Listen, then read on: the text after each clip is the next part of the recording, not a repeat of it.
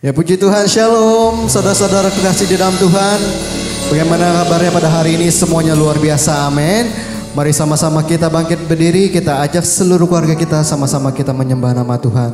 Mari kita sama-sama berdoa, haleluya. Bapa, kami sungguh bersyukur Tuhan, terima kasih buat segala hal Tuhan yang Kau berikan buat kami. Di sepanjang minggu ini Tuhan, kami percaya Tuhan kasih setiamu sungguh nyata dalam hidup kami Yesus. Bapa, kami datang Tuhan pada hari ini Tuhan memuji dan menyembah Engkau Tuhan. Nama di atas segala nama Yesus. Kami percaya Tuhan biar Engkau yang mengurapi setiap kami Tuhan. Dan Roh Kudus-Mu turun atas setiap kami Yesus. Kini kami mau sungguh-sungguh Tuhan masuk di dalam hadirat-Mu. Hanya dalam nama-Mu sama-sama kita yang percaya katakan amin. Sekali lagi berikan tepuk tangan yang meriah buat Tuhan kita. Haleluya. Hey.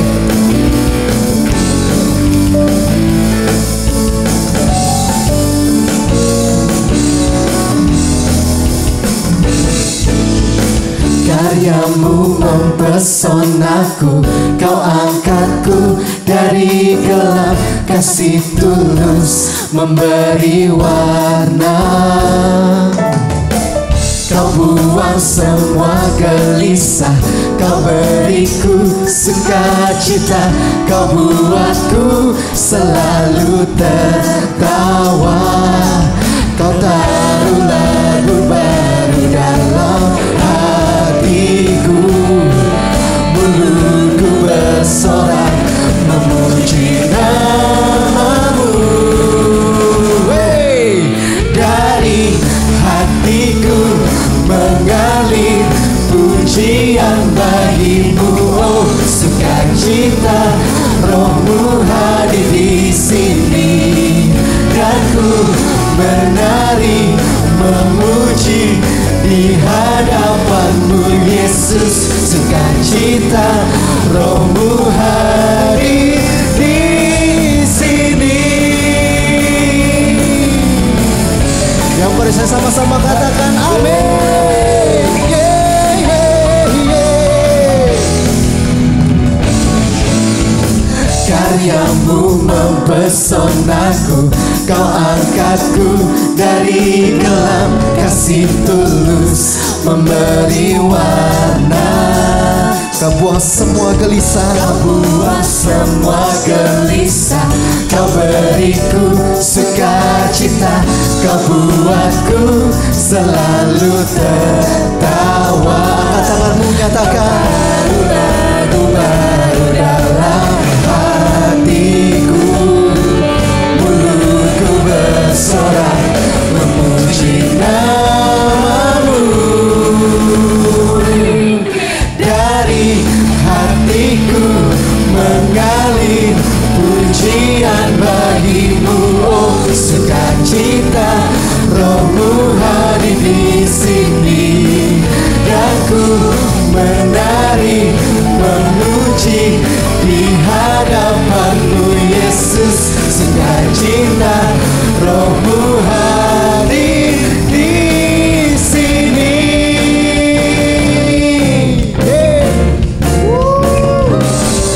mari semuanya bertepuk tangan buat Tuhan kita. Hey.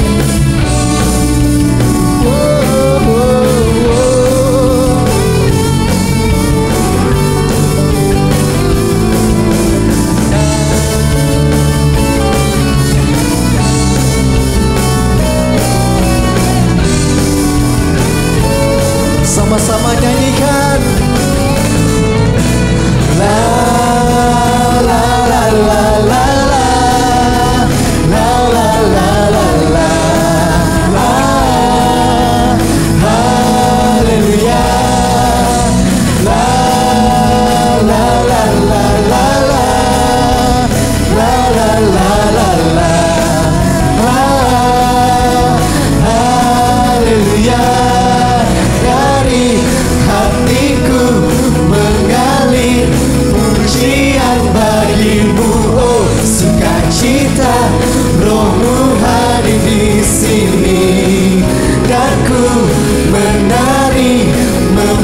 puji di hadapan-Mu Yesus, sukacita Roh-Mu hadir di sini.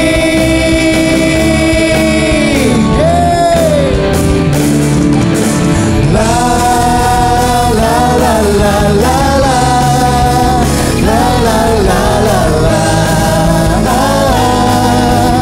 Haleluya.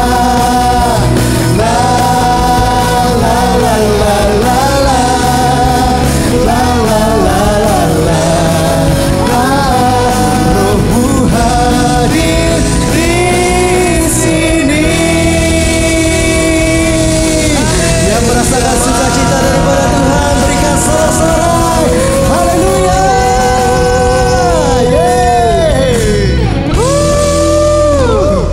Haleluya. Saya persilakan semuanya untuk duduk kembali. Mari sama-sama kita menyembah Tuhan. Kami mau cari wajah-Mu Yesus, sebab Engkau sungguh indah Yesus.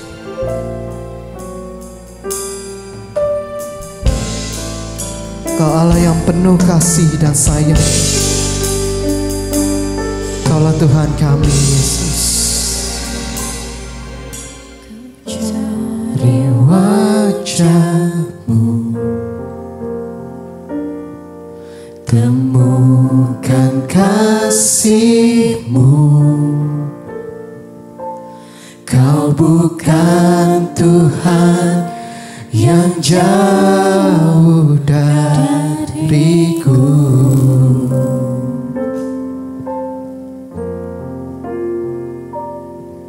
Ku panggil nama-Mu, ku dengar jawab-Mu. Kau Tuhan yang selalu dengar seruan hatiku. Sungguh indah Kau Tuhan, penuh kasih dan sayang. Kau tempat penghiburan bagi setiap hati yang terluka. Sungguh indah Kau Tuhan, menara perlindungan. Kau sumber kekuatan bagi semua orang yang membutuhkan. Oh Yesus, ku cari wajah-Mu, temukan kasih-Mu, temukan kasih-Mu.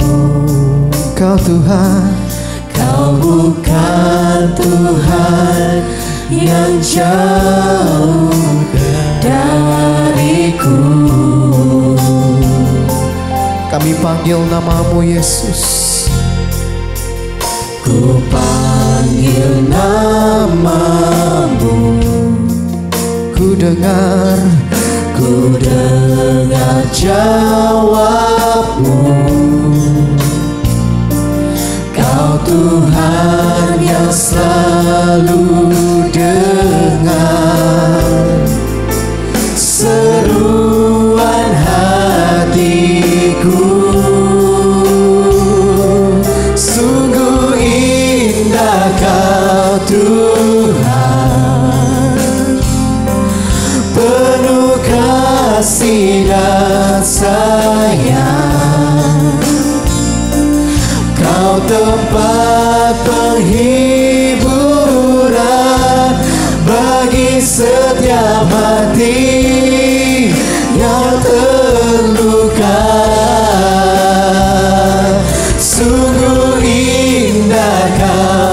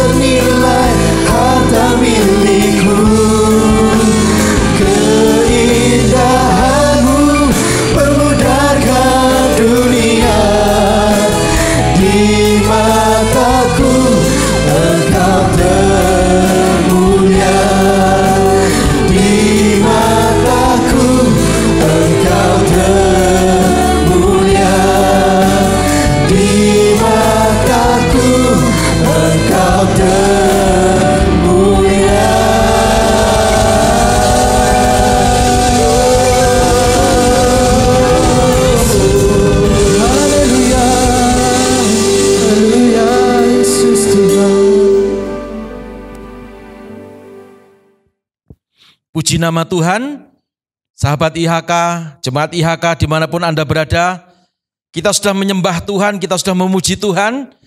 Saya percaya hadirat Tuhan ada dalam kehidupan kita semua. Amin. Nah, sekarang saatnya kita akan masuk dalam firman Tuhan.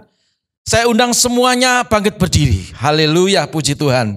Kita berdoa terlebih dahulu supaya firman ini jadi kekuatan dalam kehidupan kita. Puji Tuhan, tundukkan kepala kita berdoa. Tuhan Yesus, kami mengucap syukur, tiba saatnya sekarang kami akan mendengarkan sabda firman-Mu.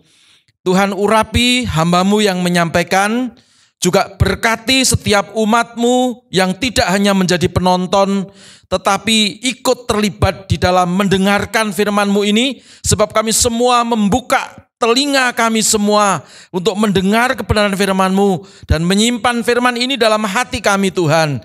Lalu kami mengerjakannya dan setiap kami pasti diberkati dan dipenuhi oleh kemuliaan Tuhan.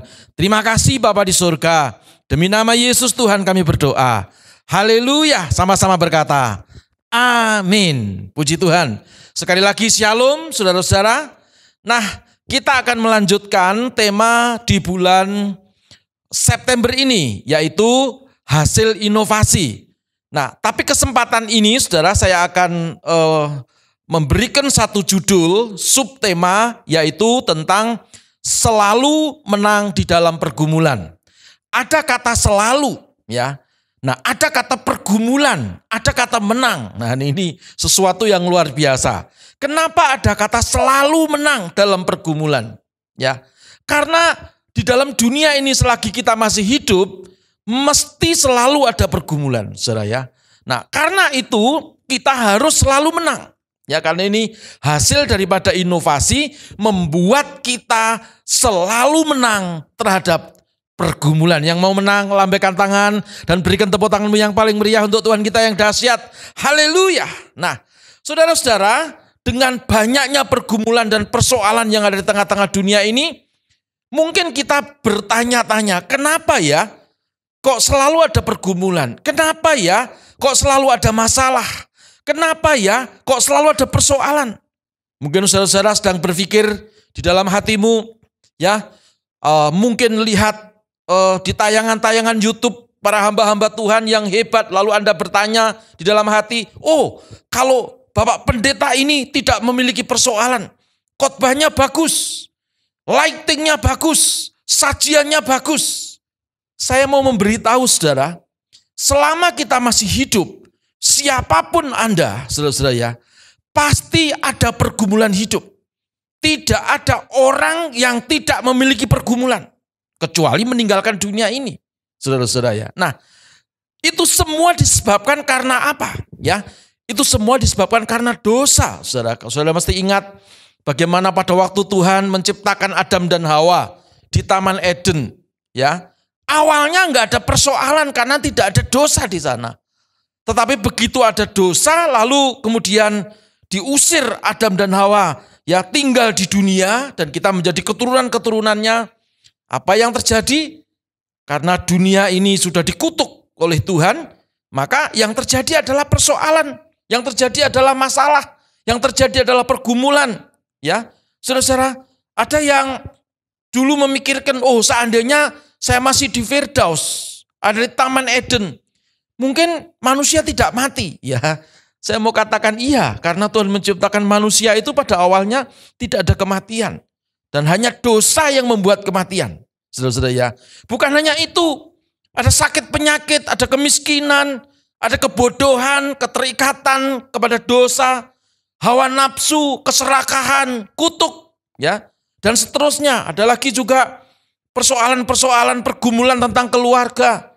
Ada yang bergumul tentang keturunan-keturunan, ada yang bergumul tentang pasangan hidup dan seterusnya.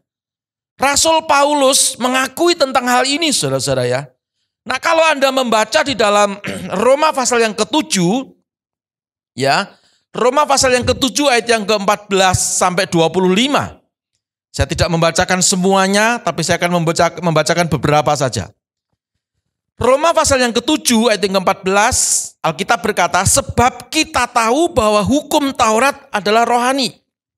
Tetapi aku bersifat daging, terjual di bawah kuasa dosa. Jadi ada hukum kebenaran, ya, ada hukum dosa. Ayat yang ke-15 dikatakan, sebab apa yang aku perbuat, aku tidak tahu. Karena bukan apa yang aku kehendaki yang aku perbuat. Tetapi apa yang aku benci itulah yang aku perbuat. Lalu ayat yang ke-16 dikatakan, jadi aku perbuat apa yang tidak aku kehendaki. Aku menyetujui bahwa hukum Taurat itu baik.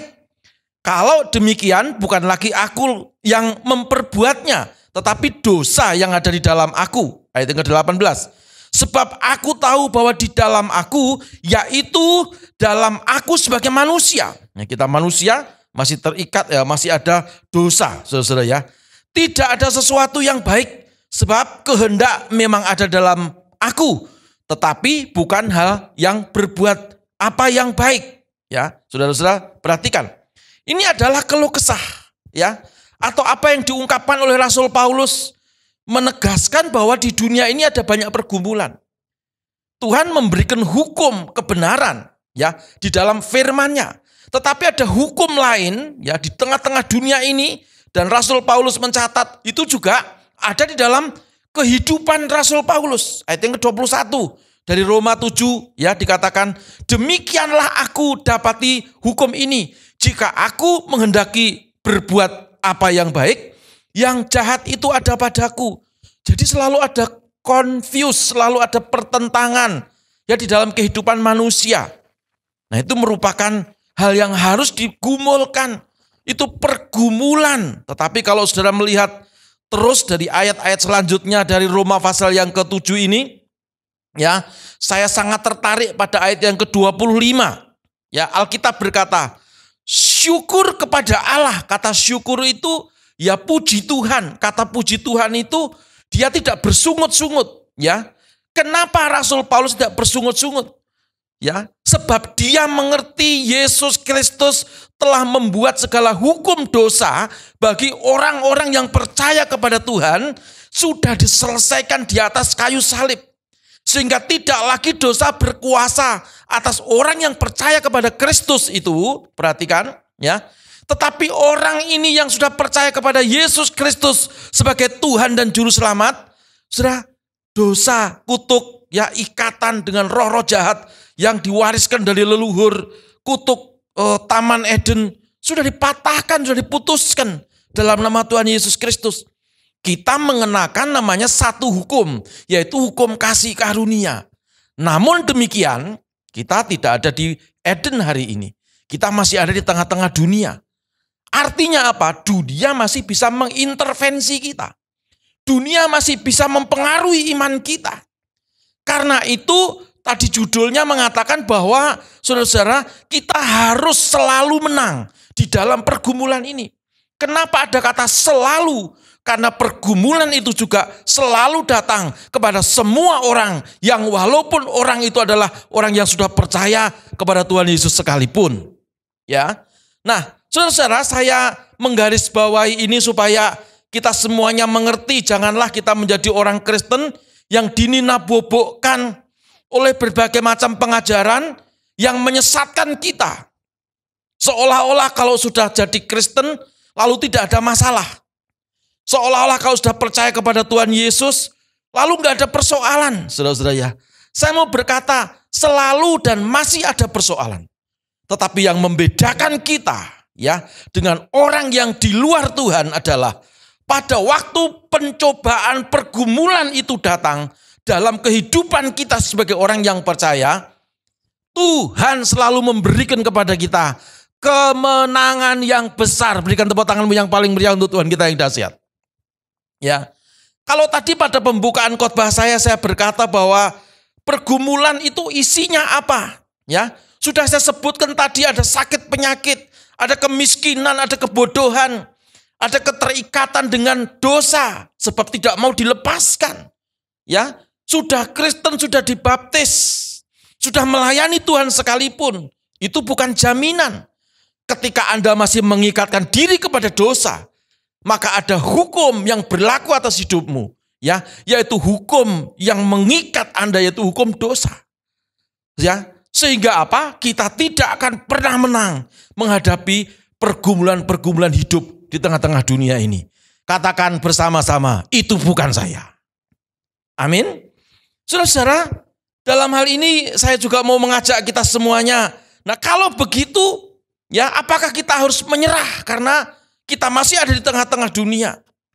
Pastor, kalau begitu saya menyerah saja.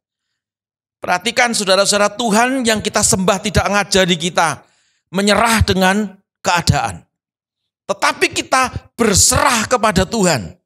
Pada waktu kita berserah kepada Tuhan, menyerahkan keadaan ini kepada Tuhan, saudara masih ingat minggu yang lalu kita mendengarkan khotbah dari Pastor Charlton, ya.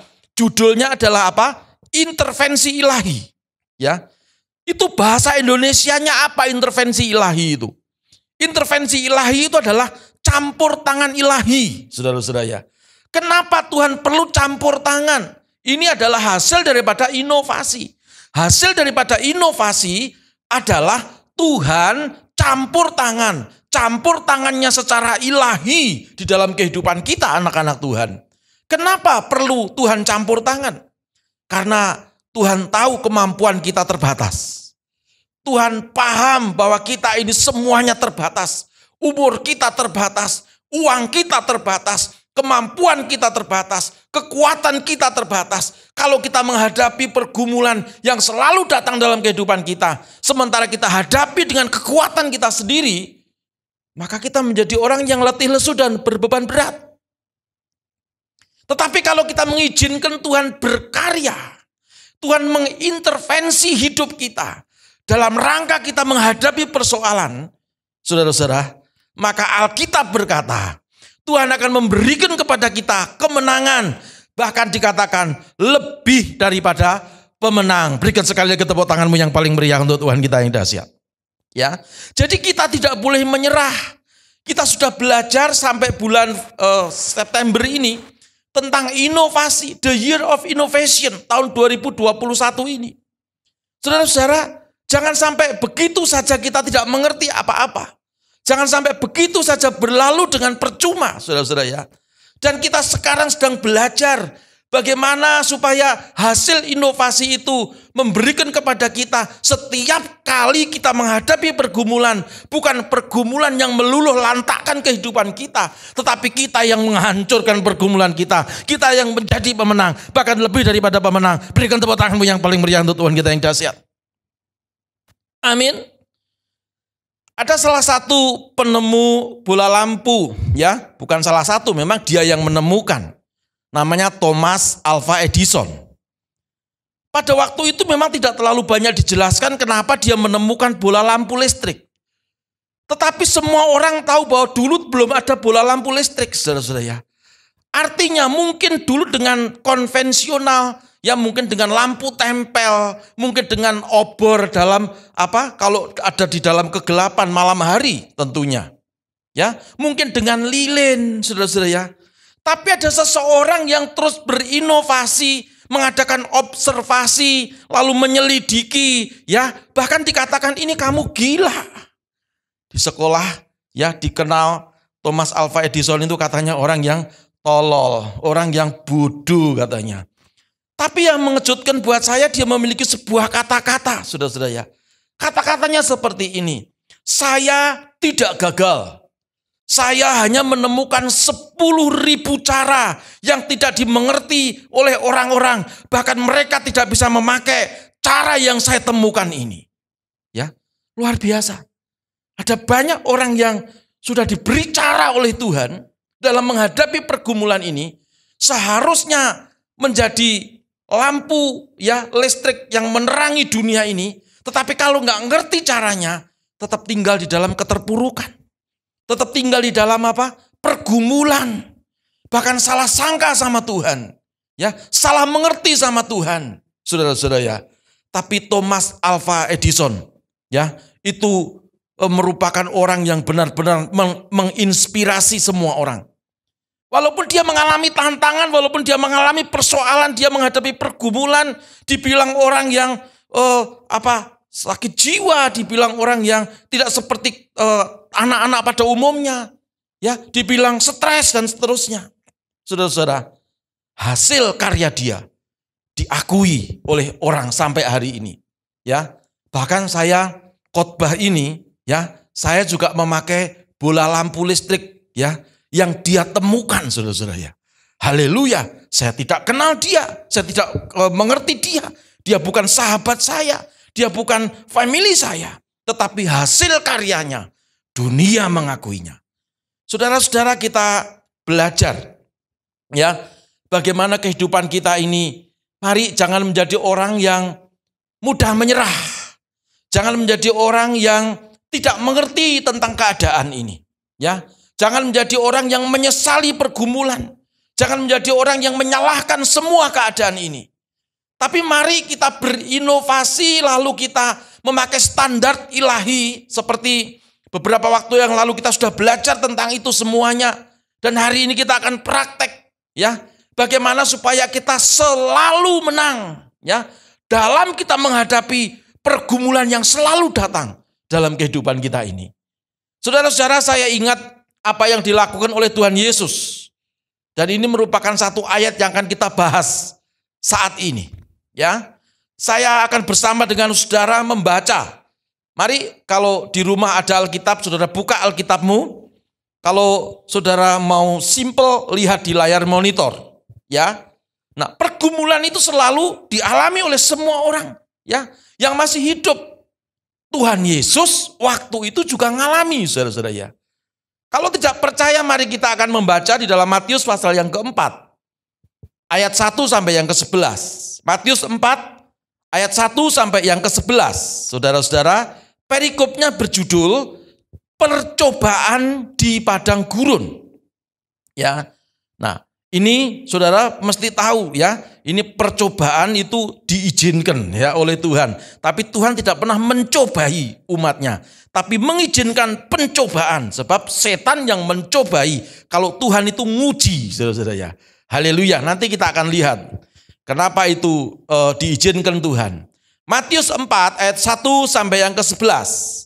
Ayat yang pertama Alkitab berkata, maka Yesus dibawa oleh roh ke padang gurun untuk dicobai iblis. Dan setelah berpuasa 40 hari dan 40 malam, akhirnya laparlah Yesus. Lalu datanglah si pencoba, perhatikan si pencoba itu iblis. Si pencoba itu dan berkata kepadanya, jikalau engkau anak Allah, perintahkanlah supaya batu ini menjadi roti. Tetapi Yesus menjawab, ada tertulis, manusia hidup bukan dari roti saja, tetapi dari setiap firman yang keluar dari mulut Allah. Kemudian iblis membawanya ke kota suci dan menempatkan dia di bubungan bait Allah. Perhatikan, iblis bukan membawa Tuhan Yesus ke mana? Pasar. Tapi iblis membawa Tuhan Yesus ke kota suci. Wah, hebat ya. Jadi di kota suci juga ada iblis. Ya, perhatikan, iblis itu suka juga mengintervensi iman manusia. Ayat yang ke-6, lalu berkata kepadanya, jika engkau anak Allah, jatuhkanlah dirimu ke bawah, sebab ada tertulis mengenai engkau, ia akan memerintahkan malaikat-malaikatnya, dan mereka akan menatang engkau di atas tangannya, supaya kakimu jangan terantuk kepada batu. Ayat yang ke-7, tetapi Yesus berkata kepadanya, ada pula tertulis, janganlah engkau mencobai Tuhan Allahmu. Dan iblis membawanya pula ke atas gunung yang sangat tinggi. Ya, jadi yang sangat tinggi, tingginya seperti apa? Tidak dijelaskan. Dan memperlihatkan kepadanya semua kerajaan dunia dengan kemegahannya. Dan berkata kepadanya, semua itu akan kuberikan kepadamu jika engkau sujud menyembah aku. Ayat yang ke-10. Maka berkatalah Yesus kepadanya, enyahlah iblis, sebab ada tertulis, engkau harus menyembah Tuhan Allahmu, dan hanya kepada dia saja engkau berbakti. Ayat yang ke-11 bersama-sama kita baca. 1, 2, 3. Lalu iblis meninggalkan dia, dan lihatlah malaikat-malaikat datang melayani Yesus. Sebelum kita bahas dari ayat yang pertama, saya mau menggarisbawahi ayat yang ke-11 ini. Ayat yang ke-11 ini adalah merupakan ayat yang menyatakan bahwa Yesus menang terhadap pergumulan. Saya ulangi, Ayat yang ke-11 ini adalah ayat yang menyatakan bahwa Yesus menang terhadap pergumulan. Kalau Yesus menang terhadap pergumulan, saya berdoa detik ini juga Anda yang mengalami pergumulan, Anda juga menang terhadap pergumulanmu. Berikan tepuk tanganmu yang paling meriah untuk Tuhan kita yang dahsyat. Amin. Haleluya. Nah, saudara perhatikan. Tadi Paulus sudah merasakan bagaimana beratnya hidup ini. Seolah-olah dia berkata, aku mau melakukan yang baik, tapi selalu yang buruk yang aku kerjakan. Ada hukum yang gandolin saya, hukum dosa. Tapi bersyukur kepada Tuhan. Seolah-olah dia berkata, oleh karena anugerah dan karunia Tuhan, aku dimampukan untuk lepas dari hukum ini. Ya, karena aku sudah mengenakan hukum kasih karunia-Nya Tuhan. Saudara-saudara, Paulus orang biasa seperti kita, ya, itu pun mengalami pergumulan. Dan Yesus Tuhan yang kita sembah. Pada waktu dia menjadi manusia di muka bumi ini, saudara-saudara, sebelum dia memulai pelayanannya, ya, Alkitab tadi berkata kepada kita, oleh Roh Kudus dibawanya lah Yesus ke padang gurun untuk dicobai iblis. Saudara-saudara, ini satu hal yang menunjukkan bahwa inilah dunia yang isinya persoalan. Inilah dunia yang isinya masalah. Beberapa waktu yang lalu, tepatnya hari Sabtu yang lalu, saya sedang mau pergi ke gereja untuk tapping, saudara-saudara ya. Lalu saya setel salah satu radio yang terkenal, ya. Lalu Bapak Presiden Jokowi mengumumkan bahwa jangan sampai rakyat Indonesia hari-hari ini ya terjadi euforia. Ya, kenapa euforia? Seneng-seneng. Karena paparan virus sepertinya flat, bahkan cenderung menurun. Ya, dan banyak di mana-mana didapati menurut pengalaman saya juga pernah ke salah satu kota beberapa minggu yang lalu, ada banyak orang yang tidak lagi memakai masker. Euforia, seneng-seneng. Padahal saudara kepala negara kita yang kita cintai memperingatkan, hati-hati, masih ada varian Delta yang terus mengintip, yang terus akan mencari kelemahan. Ya, bahkan beliau berkata, ini ya katanya sudah muncul varian baru, ya, namanya varian MU, saudara ya, MU dan varian C.1.2. Sudah perhatikan, dua varian ini konon kabarnya, saudara-saudara ya, dua varian ini konon kabarnya, ini bisa menghindari antibodi manusia. Perhatikan, kalau ada virus, ada antigen yang bisa menghindari antibodi. Waduh, menurut saya sekolah medis, saudara-saudara ya. Saya orang analis kesehatan, saya orang laboratorium. Ya. Jadi kalau ada antigen bisa menghindari antibodi seseorang, ini pertanda apa? Ya. Maka kita ini hidup di tengah-tengah dunia yang tidak aman. Kita hidup di tengah-tengah dunia yang penuh dengan pergumulan. Kalau kita tidak mengizinkan campur tangan ilahi dalam kehidupan kita, dan kita tetap mengandalkan kekuatan kita. Oh enggak kok Pak, saya masih banyak uang. Sahabat-sahabat saya baik Pak. Ya, beberapa waktu yang lalu ada banyak sekali kasus. Ya, saudara-saudara, ada orang yang punya uang banyak, tapi tidak bisa beli oksigen karena oksigennya habis. Tidak bisa masuk ICU karena ICU penuh. Dan yang terjadi, diizinkan Tuhan meninggalkan dunia ini. Saudara-saudara, jadi jangan mengandalkan kemampuan dan kekuatan kita. Jangan mengandalkan bahwa saudara itu berbeda dengan yang lain. Kita harus berinovasi di tengah-tengah pergumulan kita ini. Apalagi dunia hari ini seperti Alkitab berkata, hari ini adalah hari-hari yang jahat. Yang jahat semakin jahat, kata Alkitab. Yang kudus semakin kudus atau yang suci semakin suci. Kalau kita tidak minta kekuatan Tuhan, saudara-saudara, hidup kita ini sia-sia. Tetapi kalau kita minta kekuatan Tuhan, saya percaya dalam nama Yesus, segala pergumulan yang kita hadapi, kita yang akan memenangkan pergumulan kita. Engkau yang sakit disembuhkan, engkau yang miskin diberkati Tuhan, engkau yang mengalami jalan buntu, Tuhan bukakan jalan bagi kita semua. Berikan tepuk tanganmu yang paling meriah untuk Tuhan kita yang dahsyat. Amin. Saudara-saudara, harus kita lakukan inovasi ini, ya. Walaupun kita tahu, saudara-saudara, seperti Tuhan Yesus tadi, kita sekarang mau belajar, ya. Wong Tuhan kok ya dicobai iblis. Itu bukan karena Tuhannya bagaimana, bukan iblisnya bagaimana. Tuhan sedang memperlihatkan bahwa kalau dia mengatasi pergumulannya itu dengan apa yang ada pada dia, yaitu firman, karena firman itu adalah dia sendiri, maka bukan kekalahan yang dia alami, tapi kemenangan di dalam mengatasi pergumulan itu. Karena itu mari kita lihat satu persatu. Inovasi apa yang Yesus lakukan sehingga Yesus mengalami kemenangan dari pergumulan terhadap pencobaan itu tadi. Ya, apa dan siapa yang mencobai? Setan, saudara ya. Sekarang saya akan memberikan 3 hal dari pertanyaan saya ini. Catat baik-baik. Saya ulangi.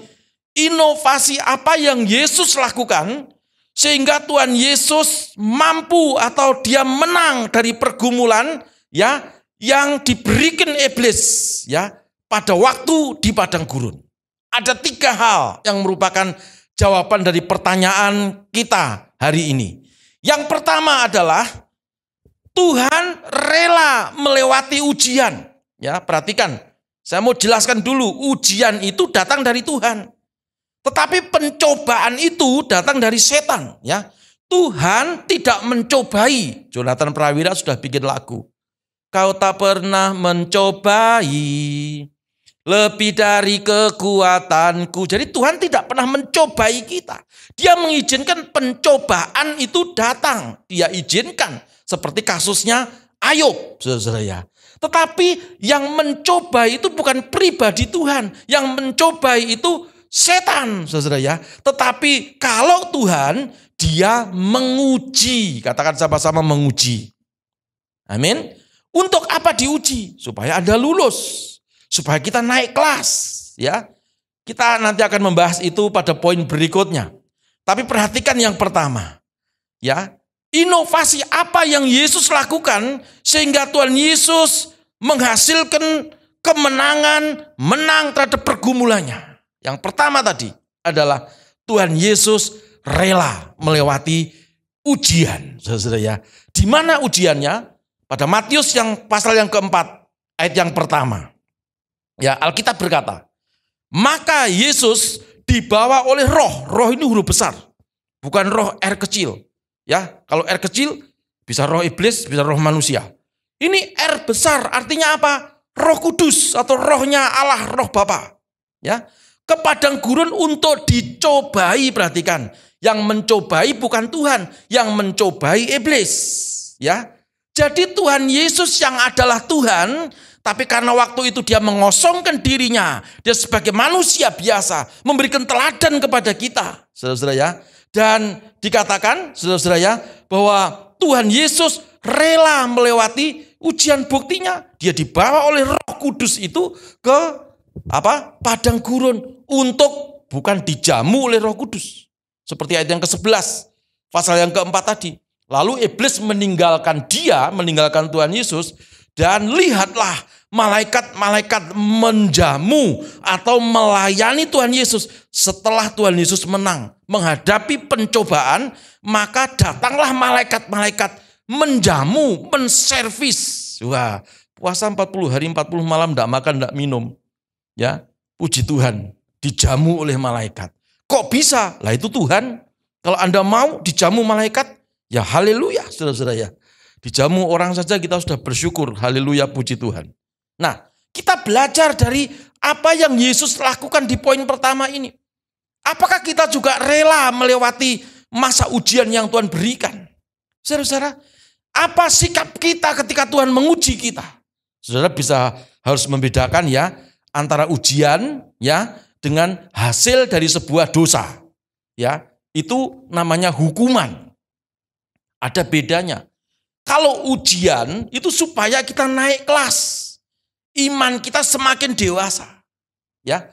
Tuhan izinkan melalui berbagai macam persoalan. Ya, tetapi hukuman itu akibat dari dosa. Korupsi ditangkap KPK, jebloskan ke penjara, itu bukan pencobaan. Itu hukuman. Gebukin orang lalu Anda ditangkap polisi. Ya, itu hukuman. Tetapi kalau Anda melakukan yang baik, semua sudah oke, semua sudah yes, ya seperti apa yang Tuhan firmankan, lalu diizinkan pergumulan itu terjadi. Saudara-saudara, itu ujian. Ya, supaya kita apa? Menjadi dewasa di dalam iman kita. Yang mau dewasa katakan amin. Tulis live chat sebanyak-banyaknya, ya. Sebanyak-banyaknya, aku mau dewasa rohani, ya. Aku mau dewasa rohani. Terus sebanyak-banyaknya, sebanyak-banyaknya. Saudara ya, imani. Kalau Anda menulis itu, saya percaya Tuhan mendengar apa yang Anda tulis terjadi sesuai dengan imanmu. Tepuk tangan yang paling meriah untuk Tuhan. Nah, kebanyakan orang kalau mengalami masa-masa ujian ini, apa yang dikerjakan? Banyak yang bersungut-sungut, ngomel, sakit hati, ya, meninggalkan iman percaya kepada Tuhan Yesus Kristus. Salah sangka kepada Tuhan, sudah melayani, sudah berjuang seperti ini, tetap aja ya, kok ada persoalan ya Tuhan, pindah agama. Waduh, mengerikan. Saudara ya, saya percaya itu bukan Anda semuanya. Ya, katakan sama-sama, aku anak Tuhan. Sekali Yesus, tetap Yesus untuk selama-lamanya. Tepuk tangan yang paling meriah untuk Tuhan kita yang dahsyat. Ya, jadi ini tujuan daripada ujian itu, kalau saudara membaca di dalam 1 Petrus, pasal yang pertama, 1 Petrus 1 ayat yang ke-7, Alkitab berkata, maksud semuanya itu ialah untuk membuktikan kemurnian imanmu. Ya, yang jauh lebih tinggi nilainya daripada emas yang fana, yang kemurniannya diuji dengan api, saudara-saudara ya, sehingga kamu memperoleh puji-pujian dan kemuliaan dan kehormatan pada hari Yesus Kristus menyatakan dirinya. Jadi orang diuji itu punya tujuan, ya, supaya naik level, imannya jadi murni. Kalau imannya murni, ini artinya imannya orang dewasa. Kalau imannya dewasa, karakternya dewasa, maka orang tersebut berhak mendapatkan berkat orang dewasa. Amin. Ya, ini ada tujuannya, saudara-saudara. Karena itu relakan dirimu dibentuk oleh Tuhan. Relakan dirimu diproses oleh Tuhan. Yesus saja diproses. Kok Anda tidak mau diproses? Kok malah protes, itu bagaimana? Ya, ngomong sama Tuhan. Tuhan, aku rela, aku mau Engkau proses untuk naik level, untuk naik tingkat, untuk dewasa rohani, karakter dewasa, sehingga aku menerima berkat-berkat orang dewasa. Sekali lagi berikan tepuk tanganmu yang paling meriah untuk Tuhan kita yang dahsyat. Amin. Itu yang menyebabkan Tuhan Yesus menang terhadap pergumulan. Ya, yang dihadapi bukan manusia, yang dihadapi setan, saudara ya, tapi dia menang luar biasa. Ya. Lalu yang kedua, saya singkat begini ya. Yang kedua adalah Tuhan itu mengambil tindakan supranatural. Ya, apa itu supranatural? Supra itu super, natural itu natur. Jadi di atasnya natural. Ya, natural itu yang kelihatan, ini di atasnya. Supranatural. Perhatikan. Ya, dibuktikan di Matius 4 ayat yang kedua. Alkitab berkata, dan setelah berpuasa, jadi dibawa iblis ke padang gurun untuk dicobai, Yesus tidak protes kepada Bapa, Yesus tidak marah-marah, tetapi Yesus mengadakan tindakan supranatural, yaitu apa? Berpuasa 40 hari 40 malam. Luar biasa. Kalau saudara punya pergumulan, apakah Anda berpuasa? Halo? Ya, apakah Anda mencari Tuhan? Ya, saudara-saudara ya, apakah Anda berpengharapan kepada orang? Pengharapan yang keliru. Berharap kepada orang itu kecewa, ya. Bahasa Jawanya kuciwo. Ya. Saudara, tapi kalau Anda berharap kepada Tuhan seperti kemarin hari Kamis kita membahas di Medical is Free, ya. Bagaimana ketika kita nih berpengharapan dan di dalam pengharapan itu ada kemenangan. Nanti di setel di YouTube-nya. Ya, Miracle is Free. Kemarin Kamis. Saudara ya, bagaimana pengharapan kita kepada Tuhan itu mendatangkan apa? Mujizat, mendatangkan kemenangan, mendatangkan hal-hal yang supranatural. Saya juga mau berkata kepada saudara, hal yang supranatural itu bukan hanya puasa saja sebetulnya. Kalau Anda disakiti hatimu lalu Anda mengampuni, itu juga tindakan supranatural. Tidak membalas yang jahat dengan jahat. Justru Anda memberkati, mendoakan, mengampuni, itu tindakan supranatural yang Yesus ajarkan. Amin. Nah, saudara-saudara, ini apa yang Tuhan kerjakan ini hari ini kita harus teladani. Supaya kita ini menjadi orang yang selalu menang menghadapi setiap pergumulan. Amin. Ya, beberapa waktu yang lalu saya menerima kesaksian, saudara, cuman orangnya tidak mau suruh bersaksi secara langsung. Dan ini jemaat di YouTube dan dia berkata bahwa dia sakit ambeien, saudara ya. Pada waktu itu ya sudah saya doakan dan pada waktu selesai berdoa, saudara ya, dia tuh tergerak untuk berdoa, untuk berpuasa. Karena sebetulnya dia mau operasi tapi tidak berani. Ada uang tapi nggak berani. Takut seperti saya. Saya orang medis, tapi kalau lihat jarum suntik saya takut. Ya, kalau nyuntik orang saya tidak apa-apa. Ambil darah saya tidak persoalan. Tapi kalau saya diambil darah saya, biasanya saya agak keringat dingin dulu. Ya, aneh bin ajaib. Nah, saya lanjutkan kesaksian ini. Dan dia berkata, Pak Pendeta sudah didoakan terima kasih, tapi saya akan puasa. Loh, katanya mau operasi. Iya Pak, saya nggak berani Pak. Oh ya sudah. Saudara, 3 hari dia puasa. Tidak makan, tidak minum. Dan hari yang ketiga, sekitar sore hari gitu, dia telepon sama saya. Pastor, puji Tuhan, ambeien saya itu di luar ya, bukan ambeien di dalam ya. Ambeien itu ada di dalam, ada di luar. Ini yang keluar gitu ya. Dan dia berkata, kok kering ya Pastor? Saya bilang, saya enggak tahu. Ya, saudara, waktu kering sama dia itu, namanya kering, saudara ya. Dan menonjol di anusnya, maaf ya, ini bukan jorok ya. Dia menonjol di anusnya itu ditarik sama dia. Saudara, diputer-puter, ditarik, tuk, lepas. Dan dia berkata, ada pendarahan sih Pastor, agak perih-perih gitu. Tapi ya selang setengah jam itu sembuh dan sampai sekarang. Saya tuh sampai bahasa Jawanya nggumun, saudara ya. Heran, kok bisa ya? Nah ini pengalaman luar biasa. Pengalaman supranatural ya. Yang saya yakin dan percaya ini orang tidak akan pernah melupakan pengalamannya seumur hidupnya. Amin. Ada persoalan, dia takut pergi ke dokter, dia takut operasi, tapi dia berdoa, melakukan tindakan supranatural, masuk alam roh. 3 hari 3 malam dia berpuasa. Ada mujizat terjadi. Halo saudara, ayo Tuhan Yesus lakukan dan rekan kita yang di YouTube itu juga lakukan, saudara-saudara ya. Dia tidak mau dipublish ya karena malu, dia bilang seperti itu. Ya, saudara, dia mengalami mujizat. Dia mengalami kemenangan. Bagaimana dengan kehidupan kita? Saudara-saudara, ayo. Kalau yang lain ditolong Tuhan. Tak tersembunyi kuasa Allah. Kalau lain ditolong, saya juga.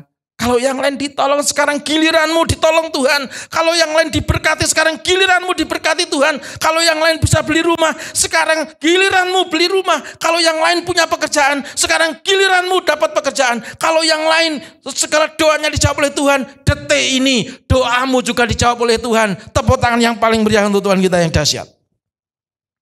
Hasil inovasi. Amin. Yang ketiga, saudara ya, haleluya. Yang ketiga, saya ringkas seperti ini, ya. Menyimpan firman Tuhan dalam hati dan mengeluarkan firman itu tepat pada waktunya. Kalau saudara membaca ayat 4, ayat 7 dan ayat yang ke-10, itu pada waktu iblis nggodain Tuhan, ya, suruh jadikan batu jadi roti, ya. Dan Yesus berkata, ada tertulis, manusia hidup bukan dari roti saja. Nah ini firman Tuhan. Lalu dibawa ke kota suci dan Tuhan Yesus disuruh menjatuhkan dirinya. Yesus berkata, ada tertulis. Ya, jadi dengan firman. Dan yang ketiga, saudara, iblis itu kurang ajar. Masa Tuhan suruh nyembah dia? Ya kan? Dan Yesus ngomong, nyala iblis. Ya, sekali lagi, sebab ada tertulis. Kok Yesus bisa? Ya Yesus itu juga belajar loh saudara. Sebagai manusia 100%, sebagai Tuhan 100%, saudara-saudara, itu juga luar biasa. Dia juga menghafalkan firman. Kalau Yesus saja menghafalkan firman, ya, dan mengeluarkan firman ini tepat pada waktunya, apa yang Anda lakukan ketika mendapat pergumulan? Apa yang Anda lakukan ketika ada pergumulan mendatangi Anda? Saya juga sama, Pastor. Saya juga mencari-cari ayat firman Tuhan. Tapi bedanya bukan untuk lontarkan kepada pergumulan. Tapi melontarkan kepada istrimu. Melontarkan kepada suamimu. Melontarkan kalau Anda pendeta, melontarkan kepada jemaatmu. Karena uang kas gereja agak sedikit turun, maka pendetanya teriak-teriak tentang perpuluhan dengan ayat firman Tuhan. Kan kebanyakan seperti itu. Di IHK darah Yesus itu tidak terjadi. Amin. Saudara-saudara, jangan mencari ayat untuk membela diri. Tetapi hafalkan firman Tuhan, simpan dalam hatimu. Kalau pencobaan itu datang, hadapi dengan firman Tuhan. Jadi firman Tuhan itu seperti pedang roh, saudara-saudara ya. Jadi kalau Anda ada pergumulan, ada masalah, ya, jangan nembakin orang dengan firman Tuhan. Masih kalau masih mau menghafal firman Tuhan. Kadang-kadang enggak mau baca Alkitab. Malah yang dibaca itu kata-kata bijak dari motivator-motivator yang terkenal, baik dalam bahasa Inggris ataupun bahasa Indonesia. Wah, kalau menghadapi persoalan kata-kata bijak yang keluar. Sekarang apakah kata-kata bijak Anda itu bisa ngusir iblis? Ada orang kesurupan setan kalau Anda usir dengan kata-kata bijak, ketawa iblisnya, saudara ya. Tapi kalau ada orang kesurupan setan itu lalu Anda berkata, roh yang di dalamku lebih besar daripada roh yang ada di dunia. Demi nama Yesus, aku perintahkan kamu setan keluar. Ya keluar. Kalau Anda yang enggak keluar, aku yang keluar. Bukan gitu.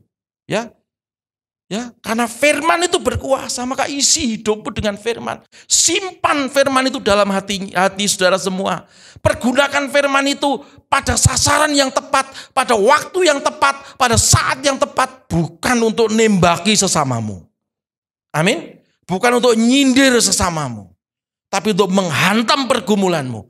Dan saya percaya, seperti Tuhan Yesus, dia menang terhadap pergumulannya. Dan ayat yang ke-11, maka malaikat-malaikat datang melayani Tuhan Yesus Kristus. Saya berdoa, maka malaikat-malaikat datang ke rumah Anda masing-masing dan melayani Anda hari ini. Berikan tepuk tanganmu yang paling meriah untuk Tuhan kita yang dahsyat.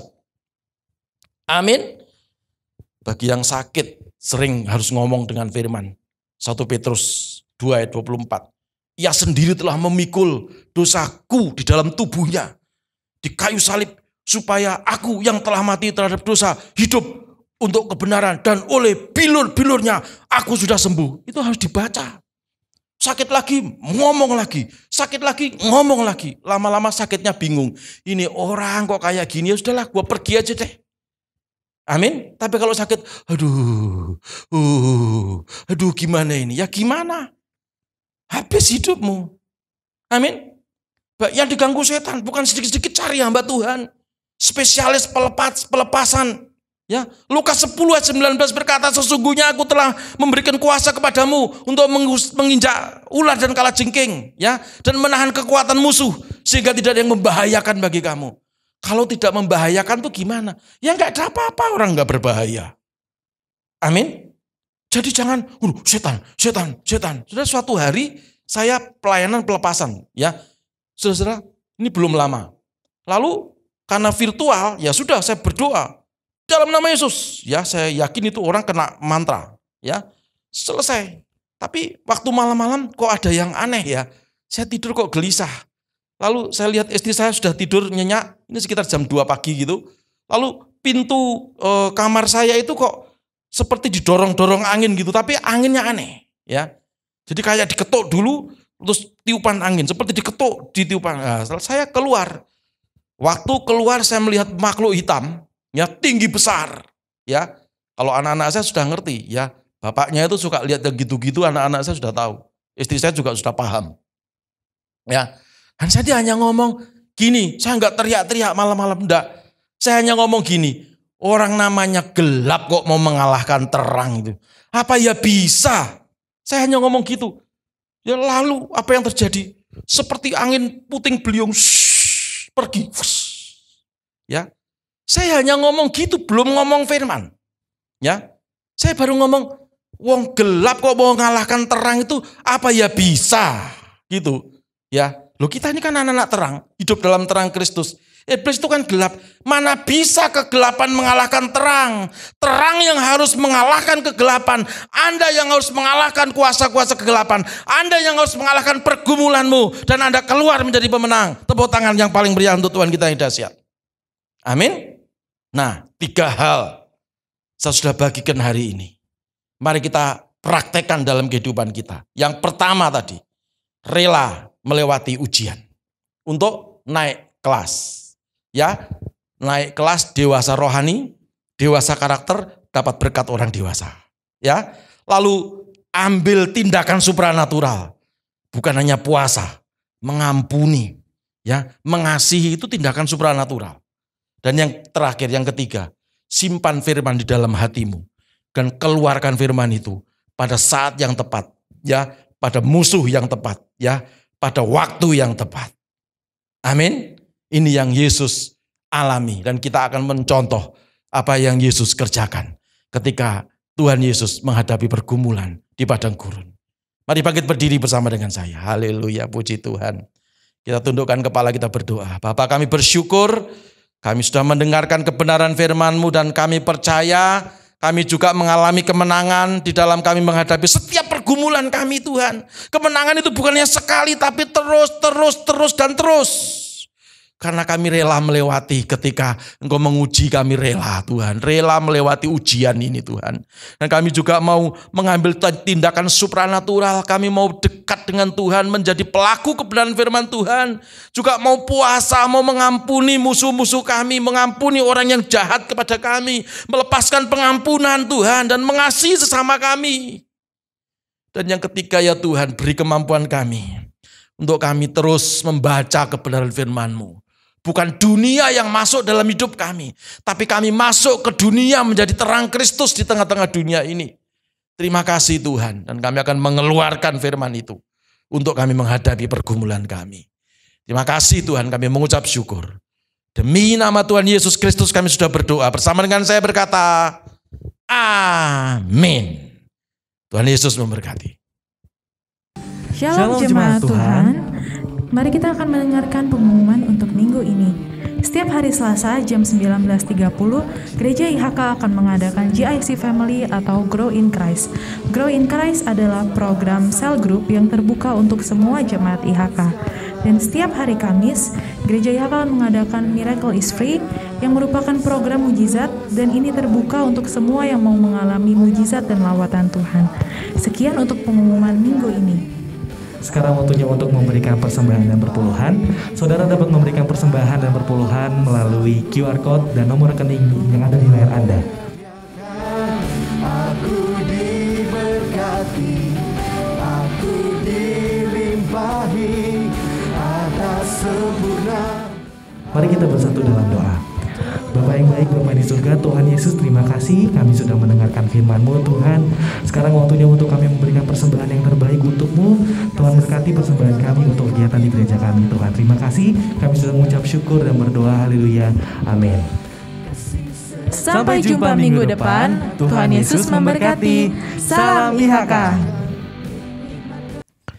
Mari kita satu di dalam doa. Bapa kami yang baik, Bapa kami ucap syukur buat kebaikan-Mu. Terima kasih buat ibadah kami pada hari ini. Kami sudah memuji menyembah Tuhan. Kami sudah mendengarkan firman-Mu. Kami percaya setiap benih firman Tuhan boleh menjadi benih yang subur di dalam hati kami. Dan kami juga boleh menjadi pelaku kebenaran firman-Mu. Kami berdoa, biarlah Tuhan meteraikan firman kebenaran-Mu. Biarlah iman, pengharapan dan kasih kami semakin bertumbuh Tuhan setiap harinya kepada Kristus Yesus Tuhan. Kami juga berdoa untuk gereja kami dan gereja satelit IHK. Dan kami berdoa untuk IHK Kota, IHK Bogor, Bandung, AS Ministry, dan juga IHK International. Semua Tuhan gereja kami, biarlah Tuhan mencukupi apa yang kami perlukan. Tuhan juga memberkati setiap gembala kami, gembala pelaksana satelit, dan setiap jemaat-jemaat gereja kami Tuhan. Biar semuanya terlindungi Tuhan. Dan kami juga berdoa mereka semua diberkati Tuhan. Berdoa juga untuk setiap jemaat-jemaat IHK Tuhan yang setia dimanapun mereka berada. Kiranya tangan penyertaan Tuhan selalu menyertai dan melindungi mereka. Jauhi dari segala virus COVID. Dan Tuhan juga memberkati apa yang mereka kerjakan dan juga apa yang mereka usahakan. Kiranya Tuhan buat berhasil dan beruntung. Berdoa juga untuk Indonesia Tuhan. Biarlah bangsa kami Tuhan segera dilalukan dari badai pandemi ini. Berdoa juga untuk para pemimpin bangsa kami. Mulai dari Bapak Presiden sampai Bapak RT. Semua Tuhan jagai, Tuhan lindungi, Tuhan berikan hikmat, marifat, bahkan roh takut akan Tuhan, supaya mereka boleh memimpin bangsa kami, mewujudkan Indonesia yang adil dan makmur Tuhan. Terima kasih Tuhan Yesus, kami ucap syukur dan saatnya kami mengepalkan tangan kanan kami. Kami akan memperkatakan kata-kata iman kami dalam nama Tuhan Yesus. 1, 2, 3. Saya percaya saya adalah anak Tuhan yang penuh dengan kemuliaan Tuhan, hidup dalam kekudusan, sukses di dunia dan masuk surga. Saya percaya saya adalah anak Tuhan yang penuh dengan kemuliaan Tuhan, hidup dalam kekudusan, sukses di dunia dan masuk surga. Saya percaya saya adalah anak Tuhan yang penuh dengan kemuliaan Tuhan, hidup dalam kekudusan, sukses di dunia dan masuk surga. Terima kasih Tuhan Yesus. Kami percaya apa yang kami perkatakan dengan iman percaya kami pasti terjadi di dalam nama Tuhan Yesus Kristus. Terima kasih. Dan saatnya sebelum kami pulang dan kami berpisah satu dengan yang lain, kami rindu Tuhan memberkati kami. Haleluya, haleluya, haleluya. Puji Tuhan, saudara-saudara, kita sudah mengikuti ibadah. Kita sudah mendengarkan kebenaran firman Tuhan. Sekarang saatnya semua bangkit berdiri dalam hadirat Tuhan. Kita akan menerima berkat yang datang daripada Tuhan Yesus Kristus. Buka kedua tanganmu, tengadahkan wajahmu di hadapan Tuhan. Haleluya, haleluya. Jemaat IHK dimanapun Anda berada, sekarang terimalah berkat yang melimpah-limpah dari Allah Bapa, persekutuan dan kasih sayang dari Tuhan kita Yesus Kristus, penyertaan, penghiburan, serta kuat kuasa dari Allah Roh Kudus, menuntun, menyertai, memberkati, bahkan menjadikan kita kepala dan bukan jadi ekor, naik terus dan tidak akan pernah turun, mulai hari ini, bahkan sampai selama-lamanya. Di dalam nama Tuhan Yesus Kristus, haleluya, bersama dengan saya berkata, amin. Puji nama Tuhan. Selamat hari Minggu. Tuhan Yesus memberkati kita semuanya. Salam IHK.